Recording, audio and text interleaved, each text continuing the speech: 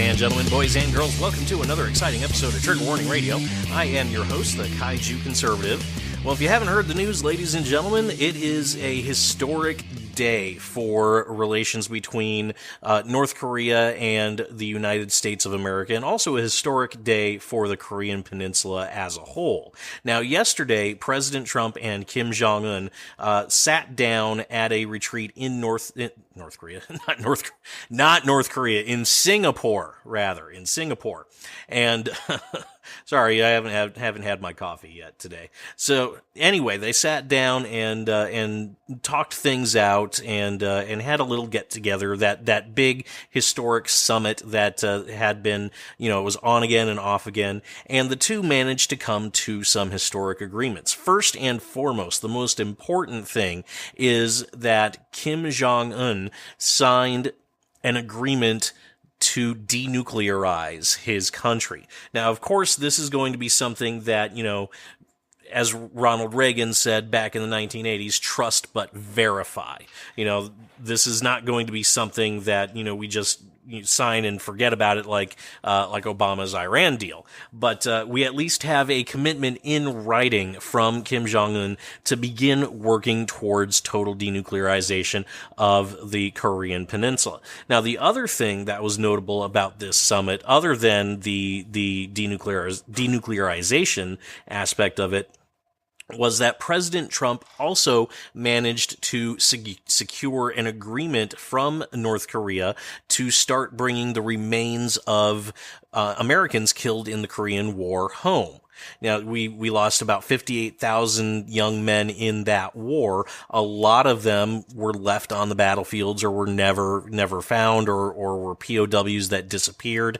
And Kim Jong-un has committed to, at least on paper, to helping us, identify the missing in action and bring their remains home. So not only did President Trump manage to bring 4 hostages home, from North Korea, but now he's going to potentially be bringing home thousands of American heroes that died defending freedom over on the Korean Peninsula. That is, regardless of what happens, the fact that we have gotten to this point in such a short amount of time, when for the past 3 presidents at least, we haven't gotten anywhere with North Korean peace. That fact alone is groundbreaking and extremely historical.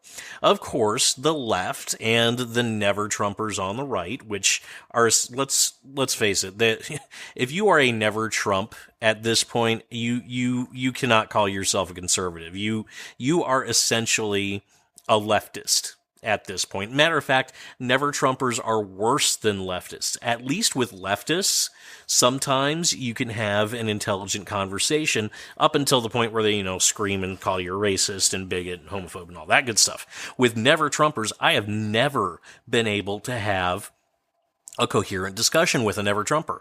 Maybe some of you folks listening out there have, but I not once have I been able to agree with a never-Trumper on anything. I mean, they are just they are the meanest, the nastiest people out there. It really is more. It's just more fun to have a discussion with a leftist than it is with a never-Trumper, because they are just, never-Trumpers are so set in their ways, it's almost pathological at this point. But anyway, let's get to the leftists' reaction. So the leftists over at, CNN, MSNBC, New York Times, and all that good stuff, they reacted to the news coming out of the Trump Kim summit predictably. They mocked Trump, they mocked Kim, basically tried to brush off one of the biggest foreign policy achievements of the Trump administration so far as, it really doesn't matter. These are the people who the people bashing Trump are the people who never took Obama to task when he failed to do anything about North Korea. And he failed to do, let's face it, Obama did nothing about North Korea for 8 years. He even left Otto Warmbier to rot in a North Korean prison until President Trump was able to bring him home after which he tragically died because of the treatment that he suffered at the hands of the North Koreans. But we'll get to Otto Warmbier in another episode. That is coming. So, the left. There's nothing astonishing about their reaction. It is completely predictable.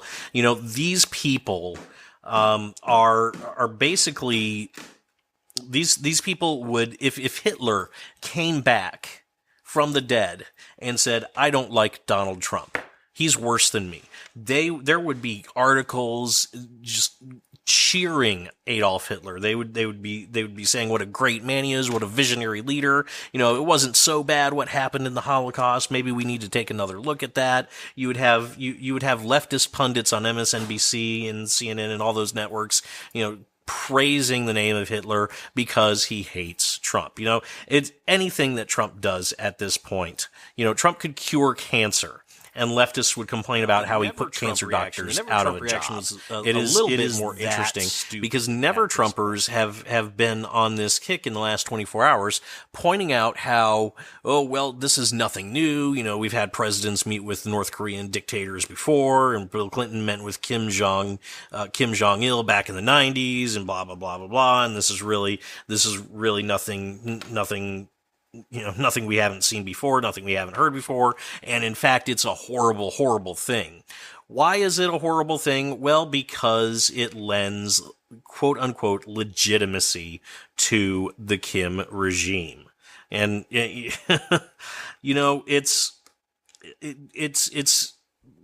whole argument that talking with Kim Jong-un lends him legitimacy and gives him exactly what he wants.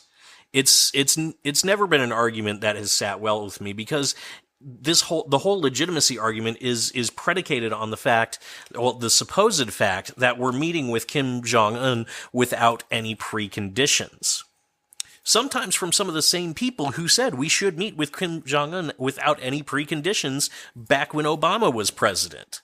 If Obama had done what President Trump is doing now, the left would be praising it at this point. And we wouldn't be hearing about how, this is granting him legitimacy, and this is weakening the United States position and strengthening North Korea's position. We wouldn't be hearing any of that stuff if this was Obama doing it. We would be hearing about how this was a historic moment, and I guarantee you Obama would be getting another Nobel Peace Prize. So, this, going back though to the idea that we're meeting without preconditions, that is actually not true at all. Because if you remember correctly, this meeting did not just come up out of the blue. There were very clear, defined steps to get to this point. It started with President Trump and his war of words or war of tweets with Kim Jong-un on Twitter, calling him Little Rocket Man. Kim Jong-un says he's got a button at his desk. President Trump says, yeah, but my button's bigger and it actually works, which was absolutely hilarious. I love that line. But, and then we had these crippling sanctions placed against North Korea as well. And not only did we have crippling sanctions, but we also had the Chinese and the Russians getting involved as well.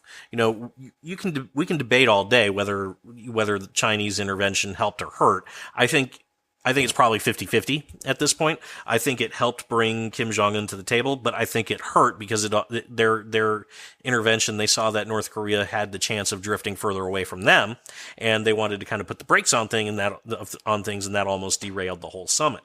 So, we have had, and we also had the release of those 3 hostages as well. You had North Korea coming to the South Korean Olympics where, I've heard the argument that a lot of the diplomacy happened at the Olympics. And I think that's probably true to a point. I think the Olympics is where things really started taking off and where the ball really started rolling on the whole notion of having peace talks. But the idea that we've given up something to meet with Kim Jong-un, that we've weakened our position, that we've given him what he wants, we haven't given him crap. Look, the sanctions are still in place. And President Trump has said the sanctions will not come off until we see verifiable evidence that North Korea is denuclearizing. And he said that last night. President Trump has said that he's going to stop using the phrase maximum pressure and that he's going to start, dialing back some of the rhetoric that he's been using in the last year or so. But that's a natural thing to do when you're in a delicate negotiation, and a delicate negotiation that is going your way. We haven't given up anything. The only thing that we have given up, if you want to look at it that way, is, we've stopped doing war games with the South Korean military. Because that was a big sticking point for North Korea. They didn't like the fact that we were going to conduct war games ahead of the meeting with Kim Jong-un. Fair enough. President Trump saw that, he listened to that, and he said, okay, for now, we're going to stop all of that. No sanctions have been lifted. No pallets of cash have been flown in under cover of darkness to Pyongyang, like President Obama did with Tehran, without even getting a signed deal out of it or any commitment from Iran at all. We have gotten more out of North Korea without giving up nearly as much as Obama did. We gave up peanuts compared to what Obama gave up. When Obama inked his horrible Iran deal, he gave up not only pallets of cash, but he gave up America's dignity. What President Trump has done is he has brought North Korea to the table. He's told North Korea, essentially told them point blank, we are not going to put up with any more of your crap. You're going to do things our way or it's going to end very badly for you. And North Korea saw that and said, okay, why don't I try something different here? And the last point that I want to make on this, folks, you look at the left and the Never Trumpers deriding peace efforts.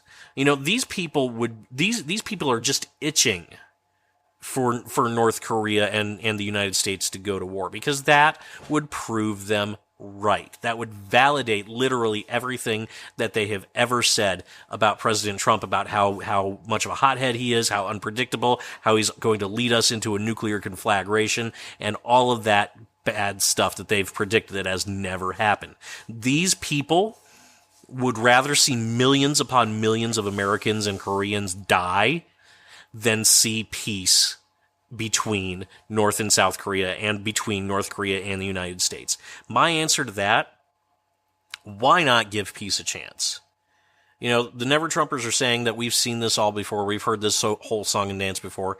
We have heard a lot of it before.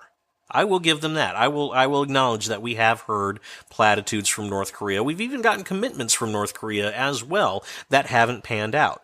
But things are different today. This is not Bill Clinton meeting with Kim Jong-un and giving up everything for a deal that absolutely gives nothing to us. This is a masterful negotiator who understands the power and leverage that he has.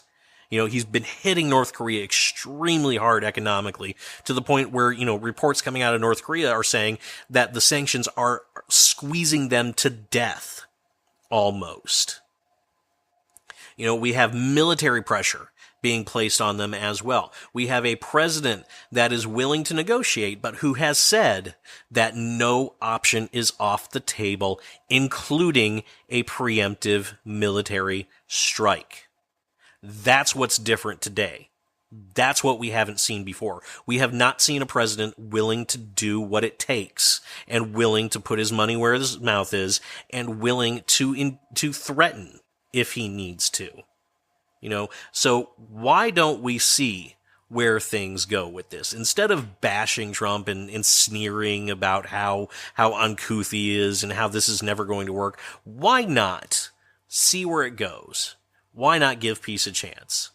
There is a good chance that this could fail. There is a very good chance that by this time next year we could be right back to the way things were before, and we could have gained absolutely nothing. That's entirely possible. So what? We're never going to get anywhere if we leave things as they are. If we leave things as they are, I can guarantee you we will see a nuclear-armed North Korea with viable nuclear weapons, and we will probably see a nuclear war within the next few years between our two countries.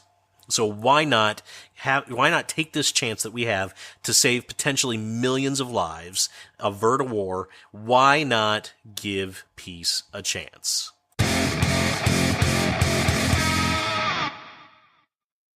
Hey guys, thanks so much for listening. Let me know what you think in the comment section below about all of this stuff. If you liked what you heard, leave a like and subscribe to my channel. Both of those things help me out quite a bit. Once again, thanks so much for listening, and I will see you all next time.